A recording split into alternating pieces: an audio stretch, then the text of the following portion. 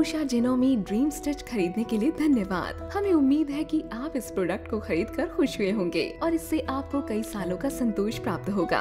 आपकी नई Usha जेनोमी dream stitch उपयोग सुलभ है। इस मशीन के द्वारा आप व्यवसायिक गुणवत्ता की फैशनेबल रचनाएं बना सकते हैं, जो आपके व्यक्तित्व और पसंद को प्रतिबिंबित करता है।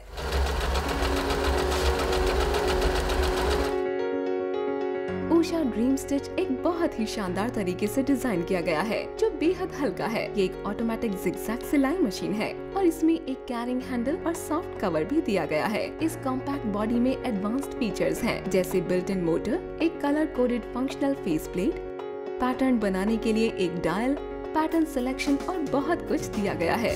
ड्रीम स्टिच में फ्री आर्म होता है, जो कि सर्कुलर बुनाई में मदद करता है। बिल्ट इन लाइट के साथ ऑन ऑफ बटन, एक single touch reverse stitch button और एक स्नैप ऑन प्रेसर फुट भी है। उषा ड्रीम स्टिच में आपकी सुविधा के लिए 4 स्टेप बटन होल्डिंग भी उपलब्ध है।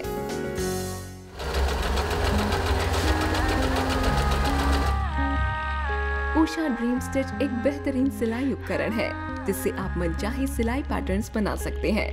इसके साथ कुछ उपयोगी और प्रभावी एक्सेसरीज जैसे picot foot, sliding button whole foot, bobbins, एक सुइयों का सेट, फेल्ट और एक सीम रिपर भी उपलब्ध है, जो कि उषा ड्रीम स्टिच को एक प्रबल और संपूर्ण पैकेज बनाता है।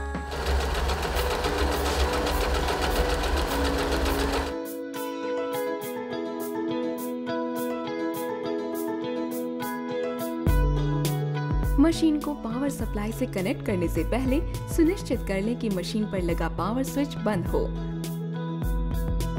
अब मशीन प्लग को मशीन सॉकेट में लगाएं और पावर सप्लाई प्लग को आउटलेट में लगाएं। मशीन और सीविंग लाइट को जलाने के लिए पावर को ऑन कर दें।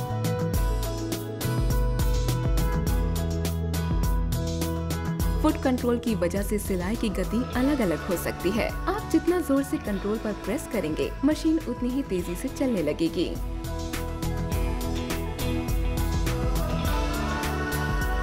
दी एक्सटेंशन टेबल, जिससे कि सिलाई की जगह को फ्री आर्म सिलाई करने के लिए हटाया भी जा सकता है।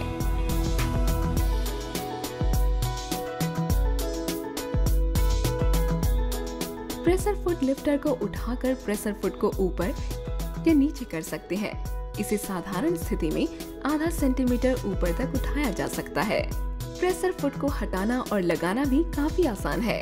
हैंड व्हील को अपनी तरफ घुमाएं और सुई को उसकी उच्चतम स्थिति तक उठाएं। प्रेसर फुट को उठाएं, फुट होल्डर के पीछे दिए गए लेवर को दबाएं और प्रेसर फुट निकल आएगा।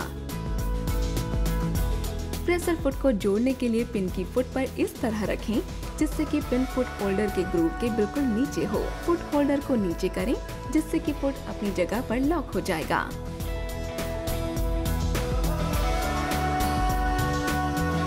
हैंड व्हील को अपनी तरफ घुमाते हुए नीडल को ऊंचा उठाएं और प्रेसर फुट को नीचे करें। नीडल क्लैंप स्क्रू को ढीला करने के लिए घड़ी की दिशा के विपरीत उसे घुमाएं और सुई को क्लैंप से हटाएं। अब क्लैंप में नई सुई को इस तरह डालें कि सुई के पीछे का हिस्सा आपसे दूर हो। उसे जितना हो सके उतना ऊपर उठाएं और क्लैंप स्क्रू को मजबूती से पेचकस की सहायता से कस लें।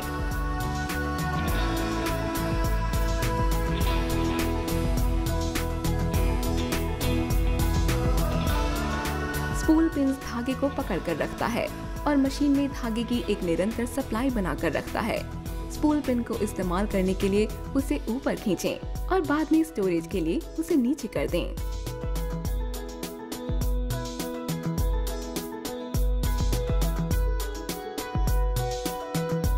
हुक कवर को खोलें, हैंड व्हील को अपनी तरफ घुमाते हुए सुई को ऊपर उठाएं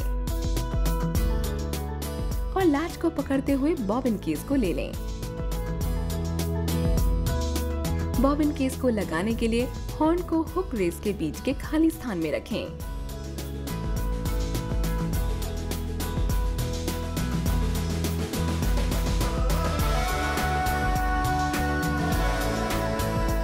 हैंड व्हील को बाहर की तरफ खींचें।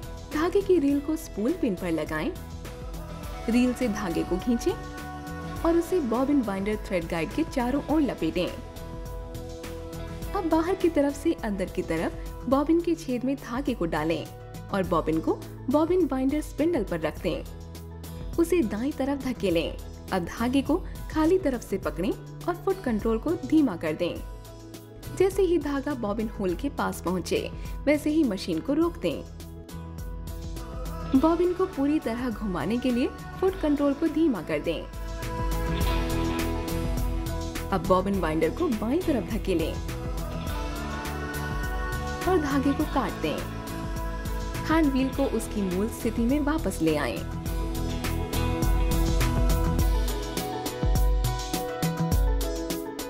बॉबिन को बॉबिन केस में रखें।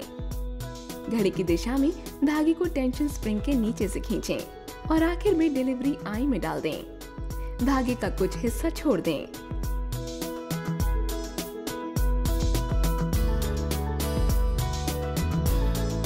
हैंड व्हील को अपनी तरफ घुमाते हुए टेकअप लीवर को उसकी उच्चतम स्थिति तक उठाएं। प्रेशर फुट को उठाएं और थ्रेड स्पूल को स्पूल पिन पर लगाएं। अब धागे को थ्रेड गाइड में लगाएं।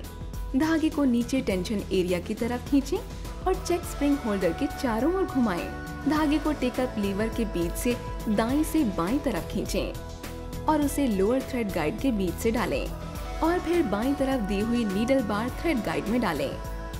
नीडल आई में आगे से पीछे की तरफ धागा डालें।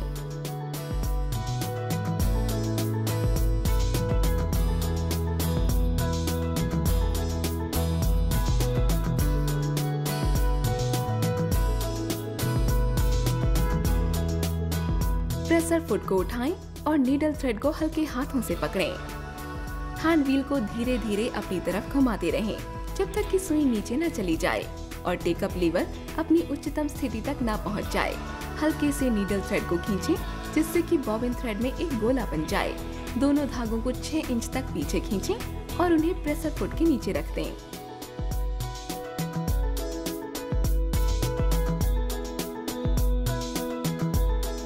धागे का तनाव सिलाई के सामान, कपड़ों की परतें और सिलने के तरीके के हिसाब से तय किया जाता है।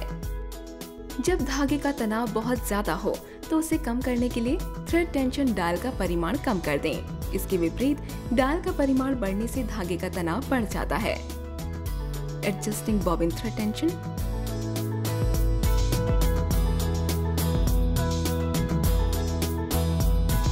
एडजस्टिंग स्क्रू को ढीला करने के लिए लेफ्ट में घुमाएं और कसने के लिए राइट में घुमाएं।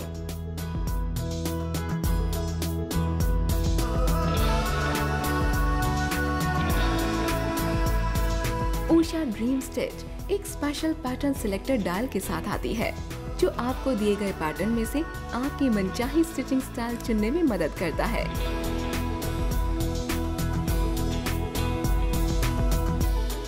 रिवर्स स्टिच बटन की मदद से आप उल्टी सिलाई भी कर सकते हैं, यानी जब तक आप उस बटन को दबा कर रखेंगे तब तक मशीन उल्टी सिलाई करती रहेगी।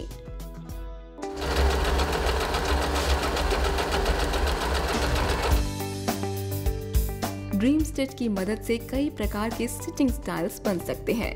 तो चलिए तैयार हो जाते हैं अपनी उषा ड्रीम स्टिच से सिलाई करने के लिए और अपनी क्रिएटिविटी दिखाने के लिए।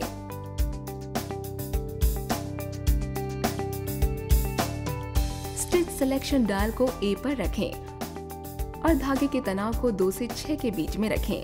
मशीन को जिगजैग फुट पर रखें, कपड़े को फुट के नीचे रखें और सिलाई शुरू करें।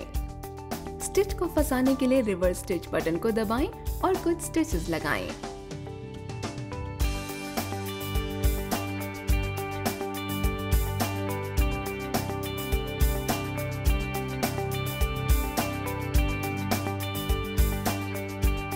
स्टिच सिलेक्शन डायल को F पर रखें और धागे के तनाव को 2 से 5 के बीच में रखें। मशीन को जिगजैग फुट पर रखें, कपड़े को फुट के नीचे रखें और सिलाई शुरू करें।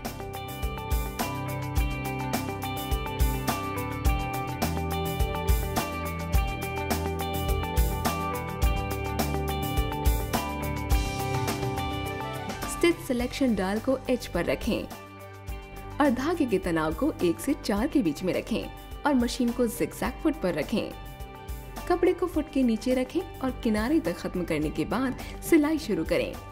हेमिंग के बाद कपड़े के ऊपरी हिस्से में सिर्फ ब्लाइंड स्टिचेस ही दिखने चाहिए।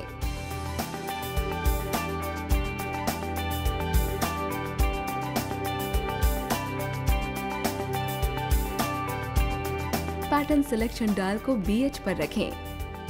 स्टिच लेंथ को बटन होल लेंथ पर रखें और धागे के तनाव को 1 से 5 के बीच में रखें। मशीन को ट्रांसपेरेंट बटन होल फुट पर रखें। कपड़े को फुट के नीचे रखें और बटन होल लेंथ पर निशान लगाएं। पहले निशान तक आगे की तरफ सिलाई करना शुरू करें। अब स्टिच सिलेक्टर को सेकंड स्टेप पर रखें और आखिरी निशान तक सिलें। इसी तरह बटन की दाहिनी और बाईं सिलाइयों को बांधें, बटन होल की तीसरी और चौथी स्टेप से। कपड़े को हटाएं और ओपनिंग से काट दें।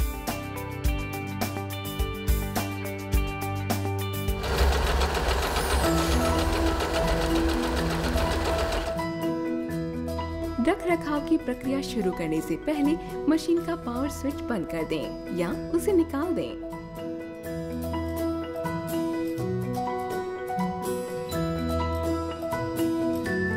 सुई को उसकी उच्चतम स्थिति तक उठाएं और हुक कवर को खोलें। अब बॉबिन केस के हिंज्ड लैच को खोलें और उसे बाहर निकाल लें। हुक रेस रिंग होल्डर को खोलें और उसमें से हुक रेस रिंग निकाल लें। अब हुक को निकाल लें। हुक रेस को ब्रश और एक कोमल सूती कपड़े की सहायता से साफ करें। हुक रेस यूनिट को दोबारा लगाने के लिए सेंटर पिन की सहायता से हुक को लगाएं और उसे सावधानी पूर्वक हुक रेस के अंदर लगा दें। उसमें शटल रेस रिंग को जोड़ें। होल्डर्स को पीछे की स्थिति में घुमाते हुए हुक रेस रिंग को लॉक कर दें और अब बॉबिन केस को उसमें इंसर्ट करें।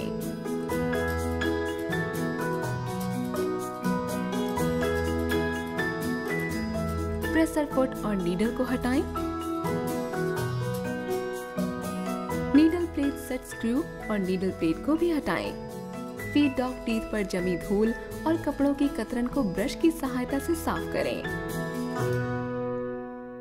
और नीडल प्लेट को दोबारा लगाएं।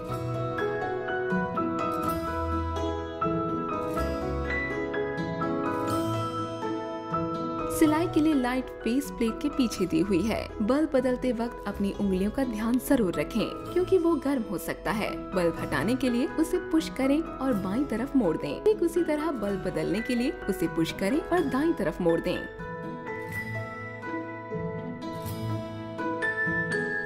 बाधा रहित कार्य के लिए मशीन के पार्ट्स जैसे face plate, screw, hook race ring and the hook में कम से कम साल में एक बार तेल जरूर डालें। ये सुनिश्चित कर लें कि अतिरिक्त तेल न रह जाए, नहीं तो आपके कपड़ों में दाग भी लग सकता है।